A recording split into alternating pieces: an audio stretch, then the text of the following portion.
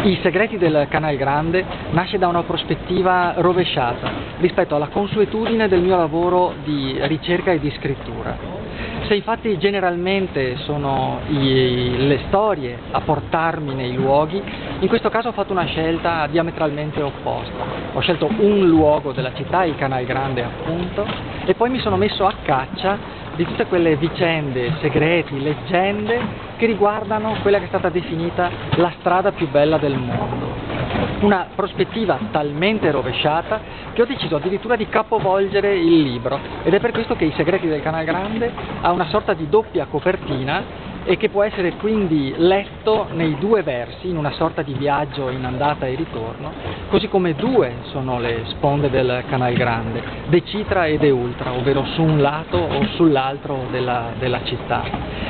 Attraverso le storie di chi nei secoli si è affacciato ai balconi e alle finestre dei palazzi sul Canal Grande è possibile leggere la storia della Serenissima, fatta di misteri, segreti, leggende, ma anche di passioni e di storia. Ed ecco dunque Dante Alighieri che si mette a conversare con un pesce davanti al doge Soranzo, Lord Byron, che dal suo palazzo sul Canal Grande partiva per delle estenuanti nuotate nelle sue acque, e poi Napoleone Bonaparte, Peggy Guggenheim, Giordano Bruno, Gabriele D'Annunzio.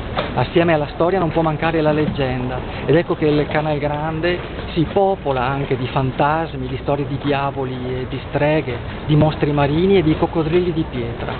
Infine i palazzi stessi, che sono portatori di vicende straordinarie, e così come esiste il palazzo tagliato a metà, esiste anche quello mai finito di costruire per dispetto. C'è il palazzo maledetto e la cupola senza chiesa. Quindi buona navigazione.